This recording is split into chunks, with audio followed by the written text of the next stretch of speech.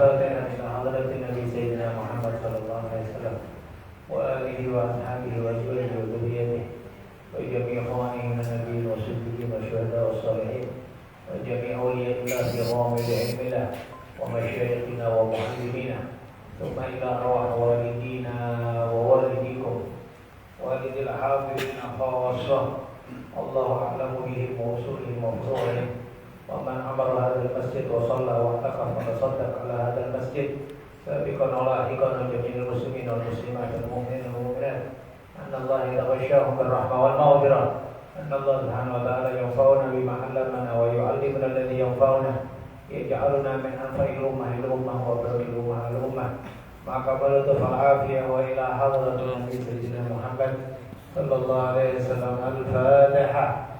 أعوذ بالله من الشيطان الرجيم. بسم الله الرحمن الرحيم.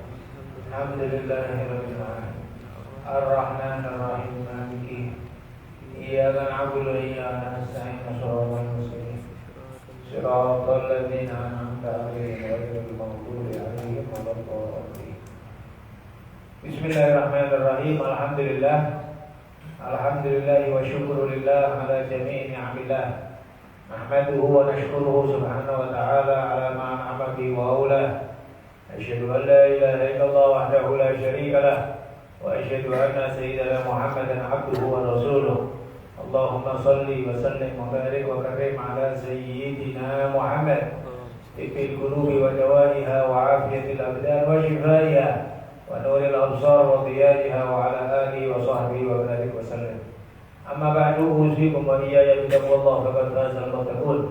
Ma'asyiral hadirin wal hadirat yang terhormat pengurus PKM Masjid Darul Haq, para tokoh masyarakat, semua yang hadir, bapak-bapak, ibu-ibu, semuanya ikhwanana, mudah-mudahan kita semuanya selalu dalam keberkahan dari Allah Subhanahu wa taala. Ditambahkan anugerah oleh Allah Subhanahu wa taala zahir wa batin, yang anugerah tersebut selalu disertai oleh Allah dengan hidayah dan taufik, sehingga di dalam penggunaannya mudah-mudahan kita terhindar dari penyebab-penyebab penyesalan di dunia dan di akhirat. Amin ya rabbal alamin. Alhamdulillah atas semua anugerah dan nikmat yang telah diberikannya kepada kita dan kepada seluruh alam semesta. Syukur. Salawat dan salam yang agung mudah-mudahan selalu dihaturkan kepada baginda Nabi Muhammad sallallahu alaihi wasallam, keluarga, sahabat dan seluruh pengikutnya ila yaumil qiyamah. Alhamdulillah pada malam hari ini kita bisa berkumpul di masjid yang penuh dengan berkah ini. Mudah-mudahan insyaallah menjadi amal soleh yang bisa kita banggakan kelak nanti di hari kiamat, dan keberkahannya juga kita rasakan di dunia sebelum nanti di hari kiamat insyaallah. Khususnya pada hari-hari ini, pada waktu-waktu ini adalah waktu yang mulia, waktu yang agung, yang Allah Subhanahu wa taala bersumpah bismillahirrahmanirrahim wal fajri wal layalin asyar wasyaf'i wal watr. Wal fajr demi waktu subuh, wal layalin asyar demi malam-malam 10. Malam-malam 10 para ahli tafsir, para ulama disebutkan dalam Ibnu Katsir, tafsir Tabari dan lain sebagainya, bahwa malam-malam 10 adalah tanggal 1 sampai 10 Dzulhijjah. Yang sekarang kita berada di tanggal 5 atau 6 ya sekarang. Jadi sudah 5 harian kira-kira dan menuju kepada 5 hari Idul Adha. Ya, ini adalah hari-hari mulia, hari-hari yang agung. Disebutkan para ulama solehin itu perhatian kepada 10 hari dalam 1 tahun pada 3 bulan. Pada 3 bulan, 10 hari pada 3 bulan. Bulan pertama adalah bulan Muharram, awal tahun, tanggal 1 sampai 10 Muharram. Oleh sebab itu Muharram ada namanya hari Asyura. Hari Asyura 1 sampai 10 Muharram. Ya, awal tahun, permulaan tahun kita masuk lebih serius, lebih sungguh-sungguh, banyak berdoa kepada Allah, banyak syukur sama Allah dan lain sebagainya. Kemudian yang kedua adalah 10 terakhir Ramadan. 10 terakhir Ramadan. Ya, kemudian ya Ramadan semuanya mulia dari tanggal 1 sampai 30 mulia. Tapi yang termulia 10 terakhir. Ya, karena di situ diharapkan untuk di dalamnya ada Lailatul Qadar. Nabi bersabda, "Iltabisuha fil ashril awakhir." Kalian cari malam Lailatul Qadar di 10 terakhir. Kemudian yang 10 berikutnya, yang ketiga adalah di Dzulhijjah. 1 sampai 10 Dzulhijjah. Wa layalin asyr, malam 10. Bahkan tidak sedikit para ulama yang berpendapat 10 hari di Dzulhijjah ini lebih mulia daripada 10 hari terakhir Ramadan. Ada yang berpendapat bahwa dengan hadis Nabi, hadis Nabi riwayat Sahih Muslim, Nabi bersabda tidak ada hari-hari yang amal soleh lebih dicintai oleh Allah daripada amal soleh di hari-hari ini. Ya, karena pada hari-hari ini tergabung semua amal-amal soleh macam-macam. Dan bahkan ada amal soleh yang tidak ada di waktu yang lain pada hari-hari ini. Apa itu? Pastinya ibadah haji. Ibadah haji itu Pak, pastinya yang teristimewa terutama wukuf di Arafah. Pastinya wukuf di Arafah, mabit di Muzdalifah malam hari raya, terus paginya hari raya tanggal 10 melempar jumroh. Dan itu kan nggak mungkin ada di Ramadan, mana ada wukuf di Arafah. Ya, nah, di bulan lain Muharram mana ada wukuf di Arafah. Sedangkan ibadah-ibadah yang lain bisa dilakukan juga di hari-hari ini. Gitu. Tapi mayoritas ulama berpendapat bahwa kalau malam Lailatul Qadar ada di 10 terakhir Ramadan, maka 10 terakhir Ramadan lebih mulia daripada hari-hari ini. Tapi kalau Lailatul Qadar tidak ada di 10 terakhir Ramadan, karena Lailatul Qadar kan dirahasiakan oleh Allah, bisa beda-beda, maka hari-hari ini lebih mulia daripada 10 terakhir Ramadan. Maka alhamdulillah tadi kepikir untuk libur, tapi selama masih sehat dan bisa insyaallah tidak menyia-nyiakan waktu yang mulia di sisi Allah Subhanahu wa taala untuk kita iktikaf, untuk kita ngaji, untuk kita menghidup-hidupkan ilmu warisan baginda Nabi Muhammad sallallahu alaihi wasallam. Wa layalin asyr, demi malam-malam 10. Wasyaf'i wal watr, wasyaf'i demi hari genap, wal watr demi hari ganjil. Hari genap adalah tanggal 10 Dzulhijjah, hari raya Idul Adha. Kemudian hari ganjil tanggal 9 Dzulhijjah atau tanggal hari Arafah. Dibuat sumpah oleh Allah Subhanahu wa taala menunjukkan ini adalah waktu yang mulia. Dan ada juga ayat yang lain disebutkan di dalam wasyahidin wa masyhud. Surat apa itu? Surat Al-Buruj. Was-sama, bismillahirrahmanirrahim, was-sama ilatil buruj wal yawmil maw'ud wa syahidin wa masyhud. Wa syahidin wa masyhud. Wa syahidin demi hari yang menjadi saksi, wa masyhud dan yang disaksikan. Dalam beberapa tafsir disebutkan wa syahidin demi hari syahid, hari saksi adalah hari Jumat. Wa masyhud, hari yang disaksikan adalah hari Arafah. Hari Arafah. Artinya hari Jumat dan Arafah dibuat sumpah oleh Allah Subhanahu wa taala, dan dibuat sumpahnya menunjukkan kemuliaan yang tinggi, kemuliaan yang agung. Dan insyaallah kita masuk hari Arafah insyaallah hari Kamis insyaallah, 1 hari sebelum hari Idul Adha. Ya, itu lebih disubuh-subuhkan, lebih diseriusin, diniat-niatkan untuk lebih serius di dalam banyak amal soleh. Saya tidak mengkhusus-khususkan amal soleh apapun. Terserah Anda, yang penting ngerti itu waktu mulia dengan sia-siakan. Ya, bisa puasa-puasa, tidak bisa puasa perbanyak sholat, tidak bisa perbanyak sholat, baca Quran, iktikaf, zikir dan lain sebagainya. Sedekah, silaturahim, nyenangkan orang, bantu anak yatim, apapun lah terserah pokoknya. Itu adalah hari agung, banyak doa kepada Allah Subhanahu wa taala. Ya, para tabi'in mengatakan seringkali ada permasalahan besar dalam hidup kami, tapi simpan doa itu untuk kami bacakan di hari Arafah. Untuk kita baca di hari Arafah, karena hari Arafah adalah hari yang agung, hari yang mulia. Wallahu a'lam.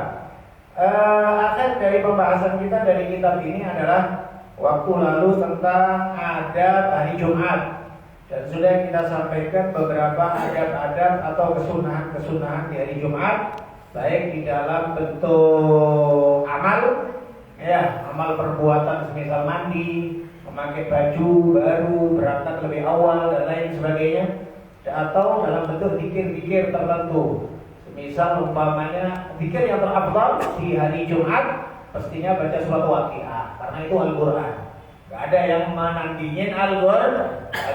Nah, kalau bisa baca surat Kahfi, baca surat Kahfi di malam Jumat dan di hari Jumat. Kemudian setelah baca surat Kahfi, memperbanyak salawat dan salam kepada baginda Nabi Muhammad sallallahu alaihi wasallam. Itu dipastikan dalam hadis Nabi, malam kapanpun salawat kepada Nabi mulia, tapi malam Jumat, hari Jumat lebih mulia. Malam Jumat lebih mulia. Kemudian juga memperbanyak dan bersungguh-sungguh di dalam zikir atau doa di semua siang harinya hari Jumat, terkhusus setelah asar menjelang maghrib, karena itu yang disebut oleh para ulama sa'atul ijabah. Sudah kita jelaskan perbedaan pendapat para ulama akan kapan waktu yang dikabulkan doa. Dalam hadis Nabi tidak memastikan. Artinya kapan pas persis waktunya. Hadisnya Nabi, di hari Jumat ada satu saat seseorang tidak berdoa kepada Allah kecuali pasti dikabulkan oleh Allah. Sesaat itu kapan? Ada yang mengatakan saat khotib naik di atas mimbar, ada yang berpendapat ketika duduk antara dua khutbah, ada juga yang mengatakan ketika khotib turun menuju sholat Jumat, ada juga yang mengatakan waktu istiwa persis matahari di atas kepala, artinya menjelang zuhur. Ada juga yang mengatakan, dan ini dohirnya diambil oleh Sayyidah Fatimah putrinya Nabi, yaitu menjelang maghrib, karena disebutkan beliau setiap Jumat sore meminta izin kepada suaminya untuk iktikaf di Masjid Nabawi sampai setelah maghrib. Jadi sore hari Jumat selalu minta izin untuk iktikaf di Masjid Nabawi sampai maghrib, pulang-pulang habis maghrib. Seakan-akan Sayyidah Fatimah mengerti sesuatu khusus dari baginda Nabi Muhammad sallallahu alaihi wasallam. Demikian juga diantaranya adalah membaca surat Al-Fatihah, surat Ikhlas, Qul a'udzu birabbil falaq, Qul a'udzu birabbin nas 7 kali setelah sholat Jumat. Dan beberapa riwayat-riwayat yang lain akan zikir-zikir tersebut. Kemudian masuk di dalam bab berikutnya, sholatul tatawwu, sholat sunnah. Istilah tatawwu banyak istilahnya ya. Tatawwu, sunnah, mustahab, banyak macam-macamnya. Nafil, nawafil, dan macam-macamnya. Jadi nama sholat sunnah. Ketahuilah sesungguhnya sholat itu afdal ibadatil badan. Paling afdalnya ibadah badan itu sholat. Paling afdalnya ibadah badan itu sholat. Ibadah itu ada kalanya ibadah badaniyah, ibadah badan. Ada kalanya yang kedua ibadah maliyah, ibadah harta. Ibadah harta nggak perlu badan, semisal zakat. Kau nganter nggak? Kau nganter yang penting duitmu nyampe ke fuqara masakin. Kau titipkan aja nggak apa-apa ya kan? Nah kayak gitu. Ya kayak zaman sekarang umpamanya ya, mau nyumbang ke masjid, nggak harus nganter ke masjid, rekening transfer aja udah bisa ya kan ya. Duduk aja di rumah ya, sambil santai-santai rebahan di kamar transfer ya. Dan lain sebagainya itu harta. Ibadah harta banyak, zakat, yang wajib-wajib ya, zakat, kafarat juga bagian dari ibadah. Kafarat, berapa banyak kafarat yang kadang-kadang orang kurang perhatian, Pak. Kafarat sumpah, kan kadang orang perhatian loh, kafarat sumpah itu, Pak. Orang bersumpah enak aja bohong, ada kafaratnya itu, ya kan? Dan berbagai macam kafarat, termasuk mohon maaf, kafarat membunuh. Berapa banyak orang kemudian terjadi mohon maaf kecelakaan sampai mati, nggak ada kemudian bayar kafarat. Memangnya kafarat itu membunuh dengan sengaja ya? Kafarat membunuh itu mutlak, sengaja nggak sengaja? Berarti ada kewajiban bayar kafarat, bayar fidyah. Itu juga bagian dari ibadah. Iya, karena kewajiban harus diperhatikan dan bersungguh-sungguh. Dan dalam haji, umroh dan lain sebagainya, itu istilahnya hutang kepada Allah Subhanahu wa ta'ala. Ini ibadah harta yang dalam bentuk wajib, yang dalam bentuk sunnah macam-macam. Misal wakaf, wasiat, sedekah, infak, atau apapun namanya. Ya, nah, itu ibadah. Termasuk juga mohon maaf di antara yang wajib, mungkin tadi yang kelupaan, pembagian warisan sesuai dengan hukum Islam. Loh, Allah yang ngatur itu, Pak. Mohon maaf. Tidak sedikit hukum dalam fikih pendapat ulama. Menurut ulama ini, menurut mazhab ini, menurut. Tapi kalau faraid, Pak, hukum waris, pendapat siapa, Pak? Bukan pendapat ulama, Allah yang ngatur. Suami dapat separuh Al-Quran, suami dapat seperempat Al-Quran, istri dapat seperempat atau dapat seperdelapan Al-Quran. Iya kan?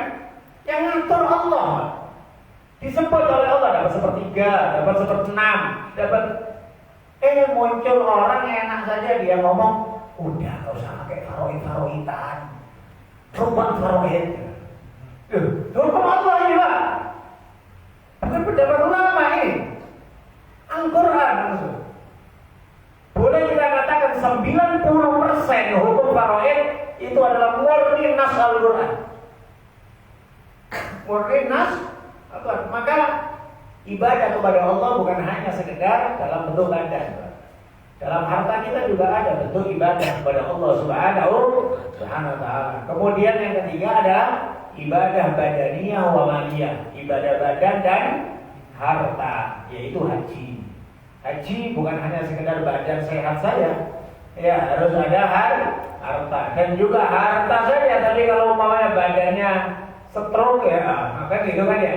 Nah, ada dua, badan dan harta. Nah, untuk ibadah badan yang terafdal adalah sholat. Farduha afdalul faraid.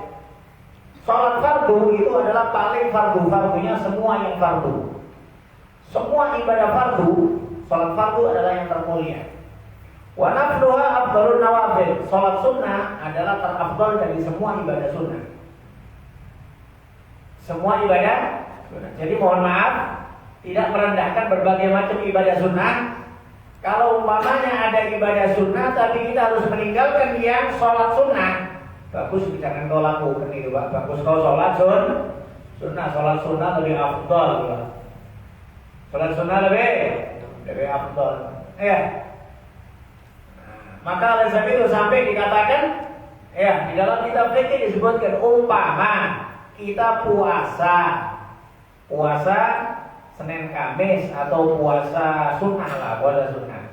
Tapi sebab kita puasa, kita nggak bisa sholat ba'diyah maghrib. Nggak bisa sholat ba'diyah maghrib. Tapi kalau umpamanya nggak puasa, kita bisa ba'diyah maghrib, bisa sholat awabin. Sholat awabin itu sholat setelah maghrib. Minimal 2 rakaat, maksimal 20 rakaat. Itu yang muktamad para ulama. Ada juga yang berpendapat sholatul awabin itu sholat duha.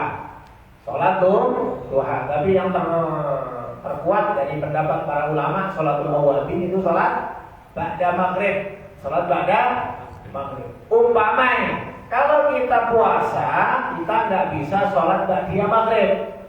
Tapi kalau nggak puasa, kita sholat ba'diyah maghrib dan sholat awabin. Para ulama mengatakan afdal nggak usah puasa, yang penting kau sholat isyarat sini, Pak.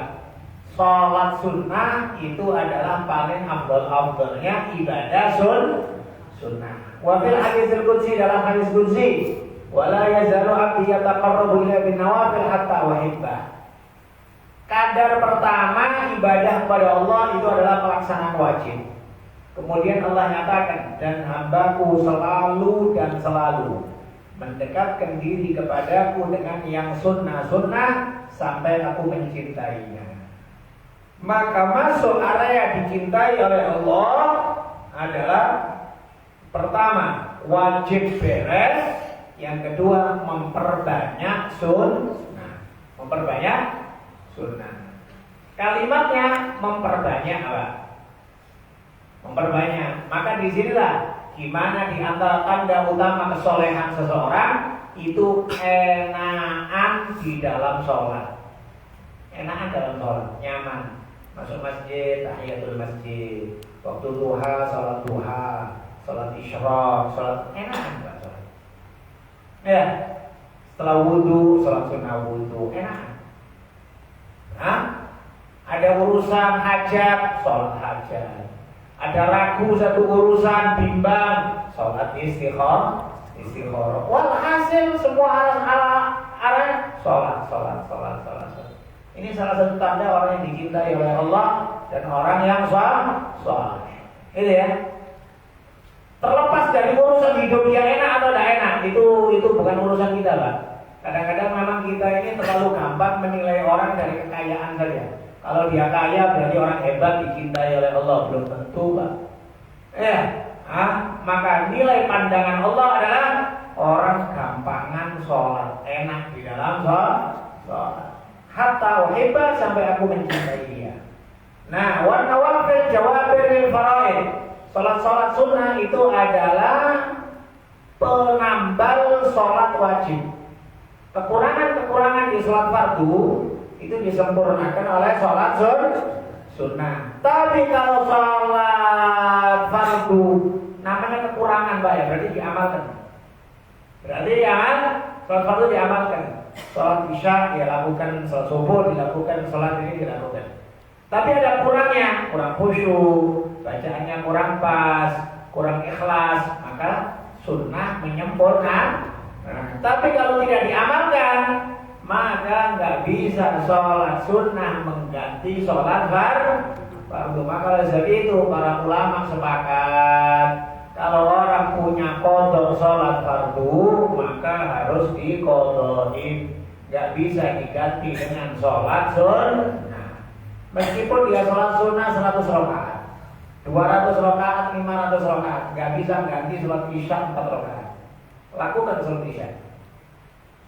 Qadha itu wajib, dan qadha sholat itu berhukum wajib menurut semua ulama. 4 madhab semuanya mengatakan wajib. Semuanya, 4 madhab semuanya. Tinggal beberapa orang yang entah belajar dari planet Mars yang baru-baru muncul ini aja. Ya, mungkin dia belajar di planet Mars baru-baru muncul, nggak wajib berarti. Nggak wajib dari mana? 4 madhab semuanya mengatakan wajib fardu, gitu ya. Wa sholatul nafilah katsiratun. Sholat sunnah itu banyak. Sholat sunnah macam-macamnya banyak, tapi garis besarnya terbagi menjadi 2. Satu bagian tidak disyariatkan jamaah, satu bagian disyariatkan jamaah.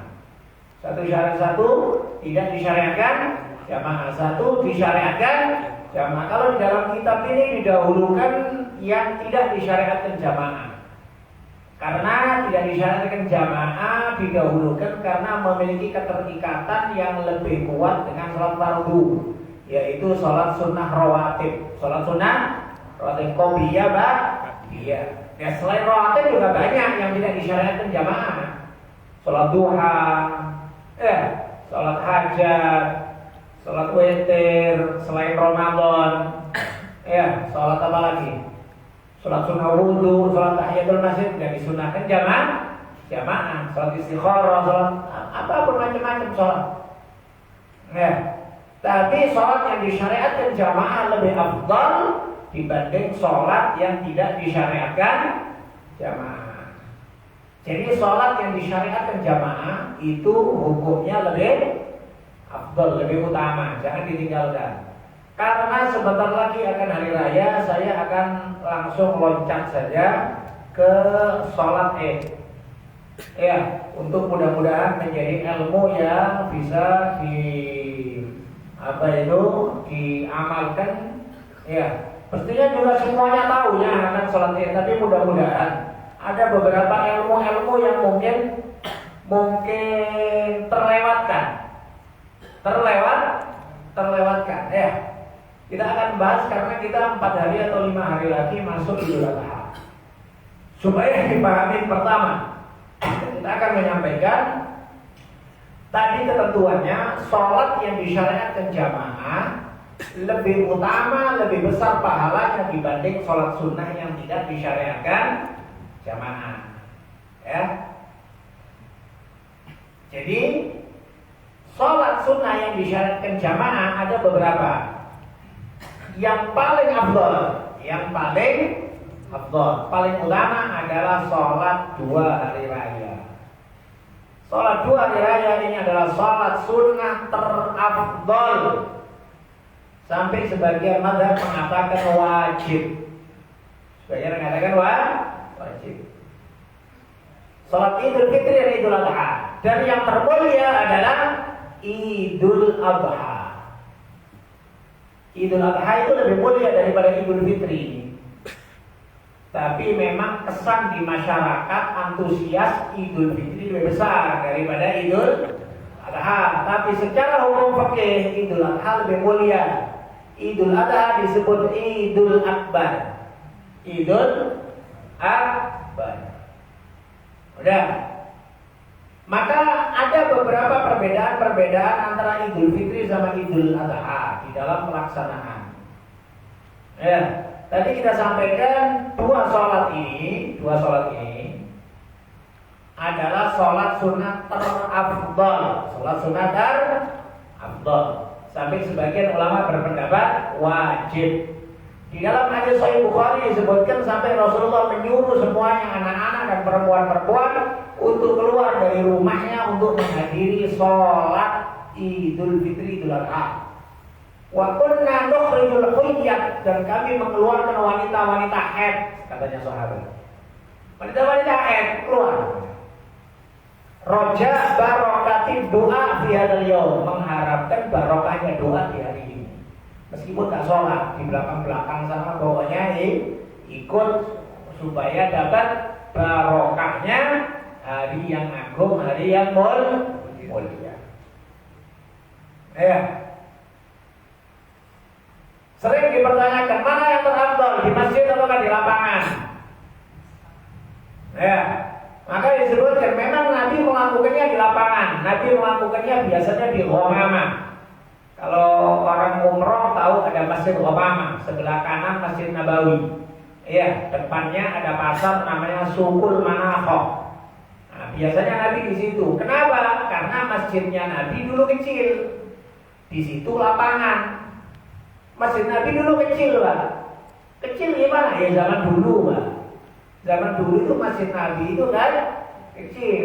Ya, ukurannya kalau umpamanya Anda umroh yang laki-laki masuk masjid lama, Anda tengok tiang atasnya ada tulisan Haddu Masjidin Nabi, batasan Masjid Nabi.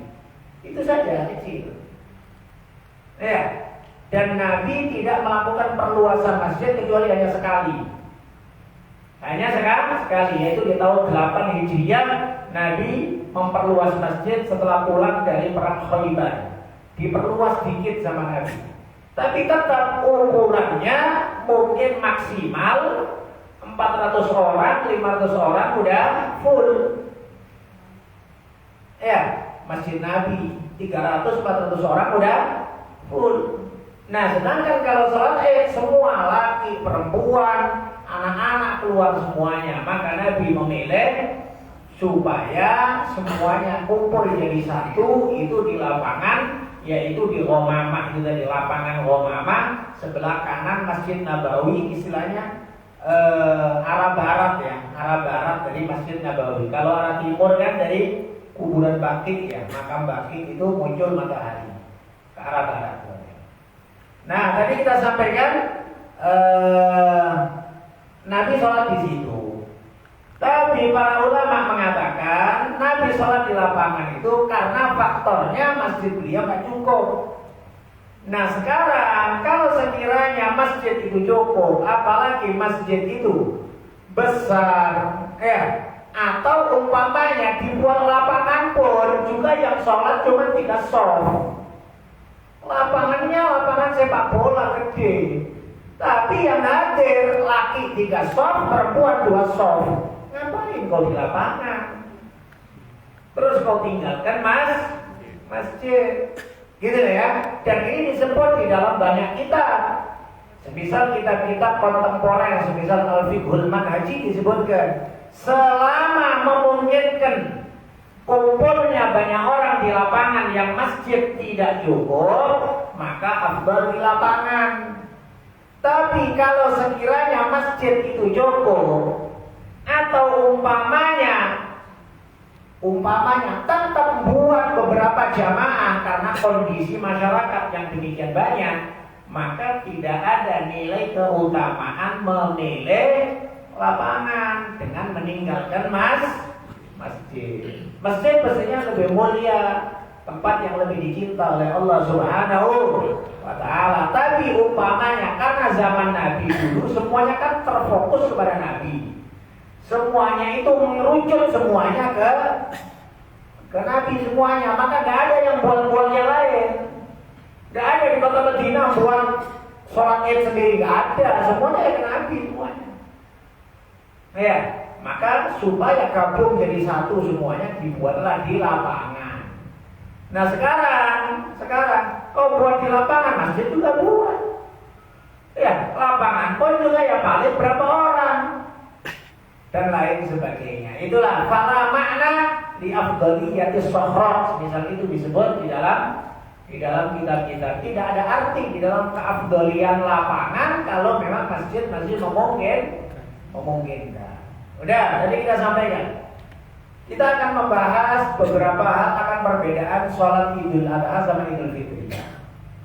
Di antara perbedaannya adalah adapun amaliyah atau caranya sholat sama. Tapi di antara perbedaan, satu, nanti yang Idul Adha, ya kita mau Idul Adha ini, saat subuh sampai berangkat sholat Id, itu kalau bisa jangan makan, jangan minum, jangan ngerokok kalau bisa. Sunnah imsak, sunnah menjaga diri dari hal yang membatalkan puasa. Kalau nggak kuat, kau sahur aja malam. Bukan sahur niat puasa, Pak, haram Pak, puasa hari raya, tapi supaya kuat saja. Ya, jadi sejak mulai adzan subuh sampai berangkat, nggak ada makan, nggak ada nyemil, nggak ada minum, nggak ada ngerokok, nggak ada apa. Sampai pulang, itu sunnahnya Idul Adha. Berbalik dengan sunnah Idul Fitri. Kalau Idul Fitri sebelum berangkat sunnah makan. Kalau Idul Fitri sebelum berangkat sunnah makan. Satu, perbedaannya. Dua, kalau Idul Fitri dilakukan lebih siang lebih afdal. Dilakukan lebih siang lebih afdal. Jam 9, jam setengah 10 lebih afdal. Gak ada Pak, orang sini jam 10 kan mulai Pak, pasti semuanya jam 7, setengah 8 ya. Nah, tapi untuk Idul Fitri sebetulnya lebih afdal lebih siang. Berbeda dengan Idul Adha. Idul Adha lebih pagi lebih afdal. Lebih pagi lebih afdal. Maka diharapkan di KM-BKM ya, bilang sama khotibnya dan diumumkan di masyarakat. Kalau biasanya setengah 8, Idul Adha jam 7 umpamanya itu. Lebih cepat, lebih pagi itu lebih afdal. Kenapa? Kalau Idul Fitri sunnah lebih siang, memberikan kesempatan bagi yang belum zakat fitrah. Mungkin yang belum zakat fitrah biar dikeluarkan pagi itu.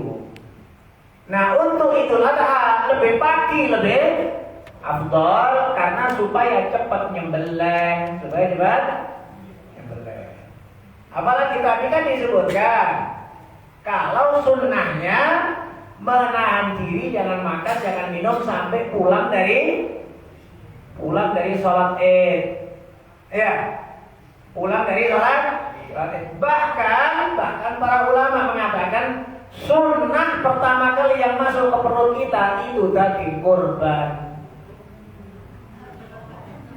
Loh, itu saya amalkan itu saya amalkan. Alhamdulillah. Tapi kalau nunggu masjid Pak, ya sampai sore Pak. Kalau nunggu masjid, tapi saya biasanya gitu ya. Saya pokoknya datang langsung nyuruh orang nyembelih kambing. Nyembelih kambing langsung kita ambil saja sedikit dari dagingnya, saya bakar dikit jadi sate, saya makan dah. Yang penting dapat amal kesunahan. Amal kesunahan. Ya, kayak gitu Pak. Tapi memang berat sih. Inilah tadi kita nggak semuanya bisa mengamalkan ilmu, tapi minimal tadi kalau sholat Idul Adha keluar dari rumah subuh atau menuju ke Idul Adha, jangan ngerokok, jangan ngopi, jangan minum dulu ya. BKM juga demikian, mohon maaf kalau ngasih khotibnya jangan dikasih minum dulu, gitu kan ya. Nanti aja udah selesai khutbah. Nah, ada pun tentang sholatnya semuanya sudah makruf. Ya, ini tadi kita sampaikan tentang sunnah-sunnahnya. Kemudian di antara kesunahannya adalah berangkat dengan pulang kalau bisa lain jalur. Lain jalur. Tapi Ustaz rumahku dekat situ ya. Pokoknya kok belok gitu aja lah pokoknya ya. Jadi kebiasaannya Nabi kalau berangkat ke sholat Id sama pulang itu jalurnya beda. Ya ada pikir sendirilah, saya nggak tahu rumahnya masing-masing. Pokoknya ada beloknya beda dikit gitu aja, supaya ngamalkan sunnah. Ya.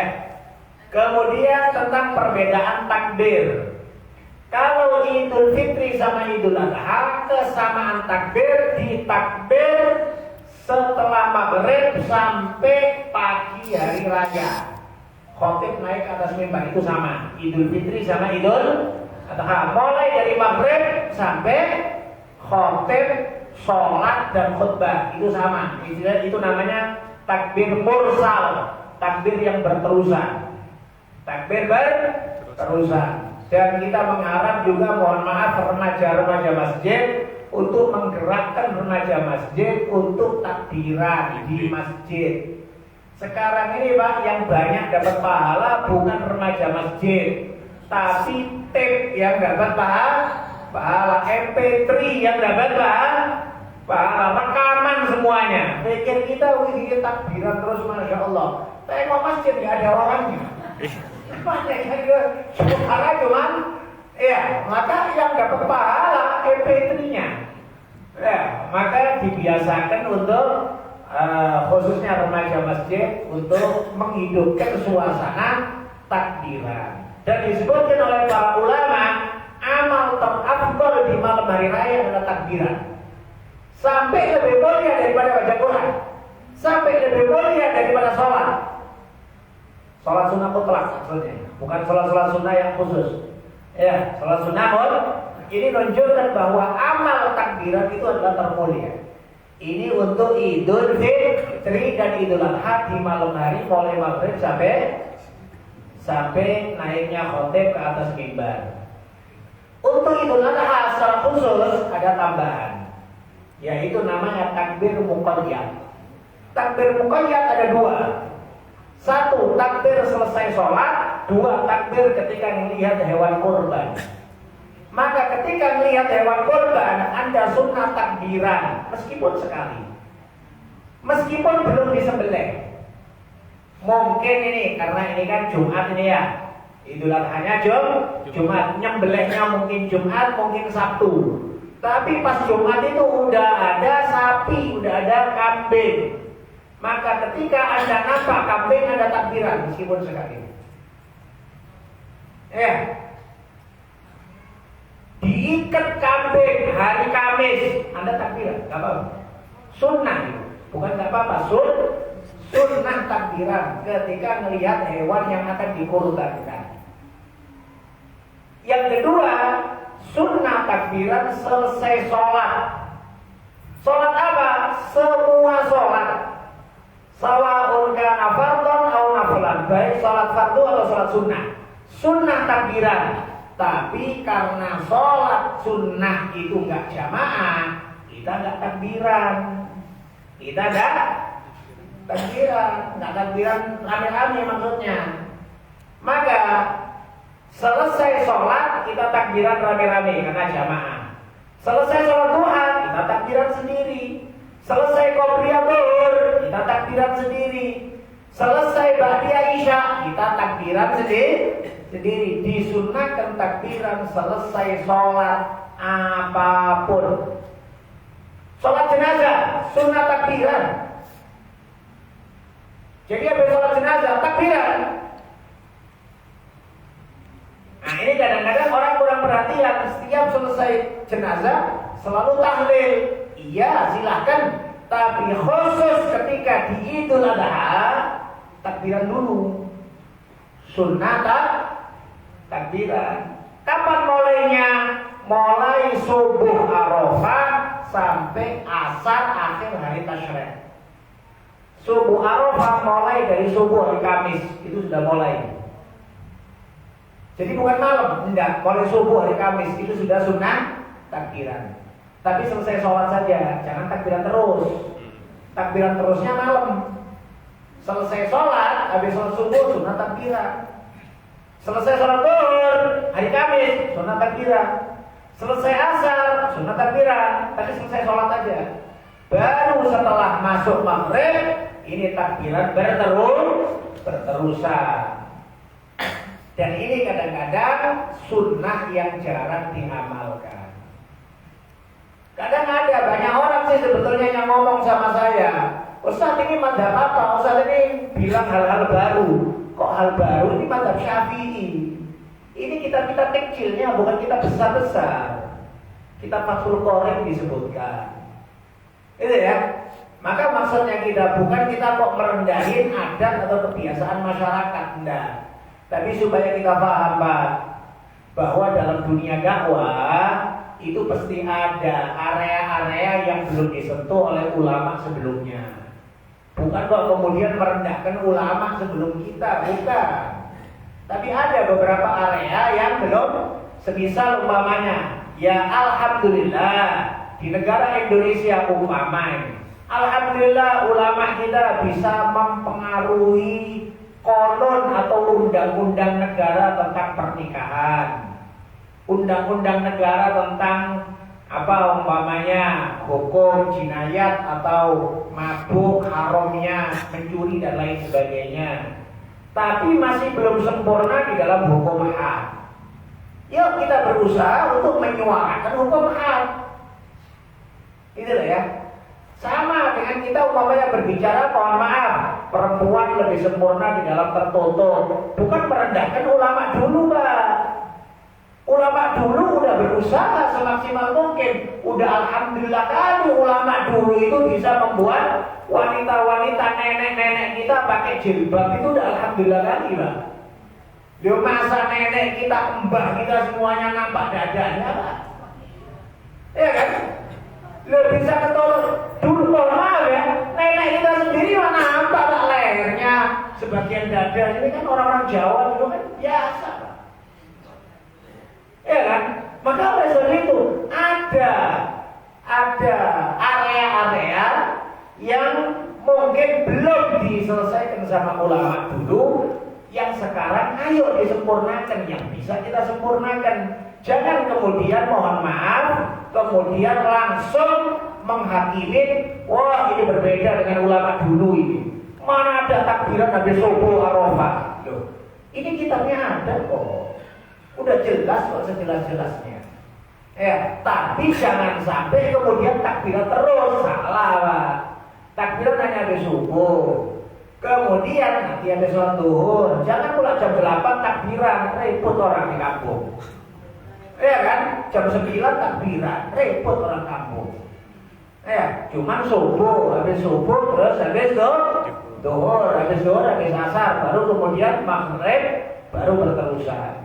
Demikian juga nanti setelah sholat di hari Jumat, hari Sabtu, hari Ahad, hari Senin. 3 hari kan Ayyamut Tasyrik. Terakhir sore asar hari Senin. Itu terakhir itu udah. Nah, para ulama mengatakan takbiran selesai sholat itu lebih afdal daripada takbiran yang di malam hari raya. Takbiran selesai sholat itu lebih afdal daripada takbiran di malam raya. Supaya apa? Jangan ditinggalkan, maksudnya kami. Jangan ditinggal. Ini takbiran terafdal yang selesai sholat. Ini kalau bicara mazhab apa ini mazhab Syafi'i. Saya mazhab Syafi'i. Gitu ya. Kalau bicara mazhab lain, bahkan mazhab Hambali mensunnahkan takbiran mulai tanggal 1 Dzulhijjah. Mulai Rabu kemarin, Pak. Itu takbiran terus kalau mazhab Hambali selesai sholat takbiran terus. Madzhab Hambali takbirannya itu 13 hari ya. Takbiran terus. Tapi kalau madzhab kita cuma 5 hari. Arafah, Idul Adha, Ayyamut Tasyrik 3 hari. Hewan kurban, nyembelih hewan kurban. Iya. Kalau bisa. Saya tidak berbicara kepada yang tidak mampu, tapi permasalahannya banyak sekali sekarang bukan masalah mampu atau gak mampu. Masalahnya mau atau gak mau. Mau atau enggak? Mau. Ya, kadang-kadang anak-anak muda-muda ini HP-nya Pak udah HP ya 13, 14 Pro Max. Kan gitu kan ya? Udah Masya Allah udah kambing masih berat kali. Ya, ya udahlah, nggak bisa kambing, ayam aja lah bos. Ada pendapat mazhab, pendapatnya Ibn Abbas memperkenankan untuk menyembelih menyembelih ayam. Menyembelih ayam. Walhasil dalam penyembelihan itu ibadah terafdal di dalam Idul Adha. Sebisa mungkin kalau bisa kita amalkan. Gak bisa korban karena memang gak punya, ya udah tapi bantu. Bantu ya. Nabi pernah menyembelih 2 ekor kambing kibas yang gagah, putih, bersih, bertanduk. Nabi bersabda ketika menyembelih yang satu, ya Allah, ini dariku dan keluargaku. Kemudian Nabi menyembelih yang kedua, beliau mengatakan, ya Allah, ini kurban dari umatku yang gak sanggup berkorban. Jadi yang gak sanggup berkorban jadi kurbanin sama Nabi. Iya kan ya? Alhamdulillah. Kan ya? Tapi yang gak sanggup Pak.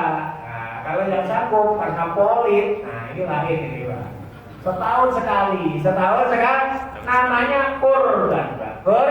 Kurban. Ya, hasil berusahalah kalau memungkinkan untuk bisa berkorban. Ya, kalau sebenarnya ya memang beda sih antara di Arab sama di sini ya. Kalau di sini semuanya ke masjid ya. Ke masjid. Kalau di Arab itu nyembelih sendiri-sendiri. Jadi istilahnya di rumah sendiri nyembelih satu, sebagian dikasih ke kayak gitu. Ya nggak masalah kalau umpamanya ada yang mau nyembelih sendiri untuk makan keluarga, tapi yang sebagian juga diberikan kepada orang lain. Sebagian juga diberikan kepada fakir miskin. Walhasil ini tadi tentang masalah kalau bisa untuk berkorban.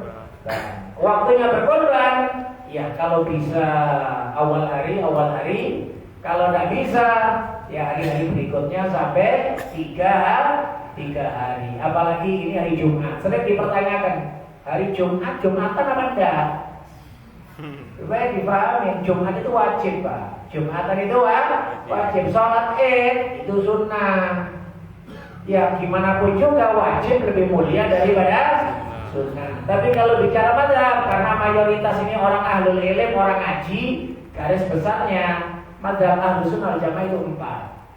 3 mazhab mewajibkan tetap sholat Jumat. 3 mazhab. Mazhab Hanafi, mazhab Maliki, mazhab Syafi'i tetap mewajibkan sholat Jumat di hari raya. Tetap wajib sholat Jumat. Hanya mazhab Hambali yang mengatakan tidak wajib sholat Jumat bagi orang yang ikut sholat Idul Fitri, Idul Adha. Bagi yang sholat Idul Fitri, Idul Adha nggak wajib sholat Jumat, tapi imam tetap wajib buat sholat Jumat. Itu mazhab Hambali.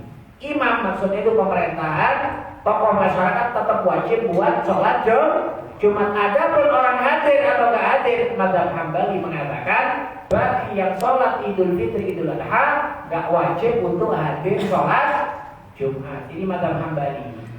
Mazhab Syafi'i, mazhab Hanafi, mazhab Maliki wajib tetap sholat Jumat. Itu ringkasan garis besar perbedaan pendapat mazhab di dalam sholat Idul Adha, Idul Fitri yang bertepatan dengan sholat Jumat. Wallahu a'lam bishawab. Mudah-mudahan diberkahi oleh Allah Subhanahu wa taala. Kita akhirin Al-Fatihah. Bismillahirrahmanirrahim. Ar-Rahmanir-Rahim.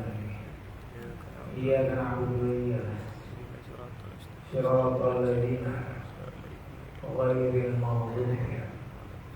Bismillahirrahmanirrahim. Sallallahu alaihi ala sayyidina Muhammad wa alihi wasallam ajma'in. Rabbana taqabbal minna innaka antas samiul 'alim wa tub 'alaina innaka antat tawwabur rahim. Allahumma zidna ilman nafi'an wa 'amalan shalihan mutaqabbalan wa rizqan wasi'an halalan thayyiban mubarakan. Allahumma la sahla illa ma ja'altahu sahla wa anta taj'alul hazana idza syi'ta sahla. Rabbana hab lana min azwajina wa dhurriyyatina qurrata a'yun waj'alna lil muttaqina imama. Rabbana atina fid dunya hasanah wa fil akhirati hasanah wa qina adzabannar. Sallallahu alaihi wasallam wa alihi wasallam. Alhamdulillahi rabbil alamin. Assalamualaikum warahmatullahi wabarakatuh.